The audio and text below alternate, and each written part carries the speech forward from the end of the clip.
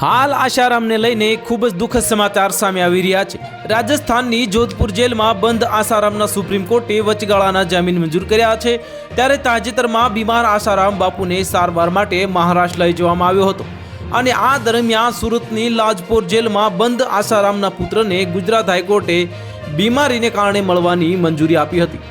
Supreme કોર્ટે 2013ના rape કેસમાં આસારામ બાપુને તબીબી આધાર પર વચગાળાના જામીન આપતા કેટલીક શરતો પણ લાદી છે, જેમાં એવું કહેવામાં આવ્યું છે કે આસારામ પુરાવા સાથે છેડછાડ કરવાનો પ્રયાસ કરશે નહીં અને વચગાળાના જામીન પર મુક્ત થયા પછી અનુયાયીઓને મળશે નહીં।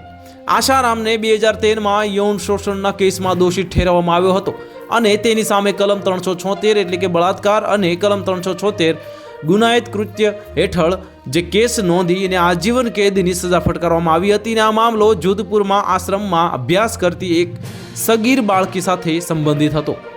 આસારામને છેલ્લા 5 મહિનામાં 3 વખત પેરોલ મળી ચૂક્યા છે અને વર્ષ 2024ના અંતમાં આસારામને તબિયત સંબંધિત સમસ્યાઓના કારણે ત્રીજી વખત પેરોલ મળી હતી। આ રાજસ્થાનના હાઈકોર્ટે 15 દિવસે ડિસેમ્બરે જે આ નિર્ણય આપ્યો હતો અને જેમાં તેને તબીબી કારણોસર પેરોલની જે મંજૂરી આપવામાં આવી હતી અને અગાઉ તેને નવેમ્બરમાં 30 દિવસ અને ઓગસ્ટમાં 7 દિવસની પેરોલ મળી હતી। તો હાલ માટે આટલું જ, મળીશું નવી અપડેટ સાથે। જો તમને અમારા વિડીયો પસંદ આવતા હોય તો વિડીયોને લાઇક કરી દેજો, ચેનલને સબસ્ક્રાઇબ કરી બાજુમાં આવેલા બેલ આઇકનને દબાવી દો, જેથી તમને આવા સમાચારની અપડેટ મળતી રહે। બ્યુરો રિપોર્ટ, ગુજરાત સમય ન્યૂઝ।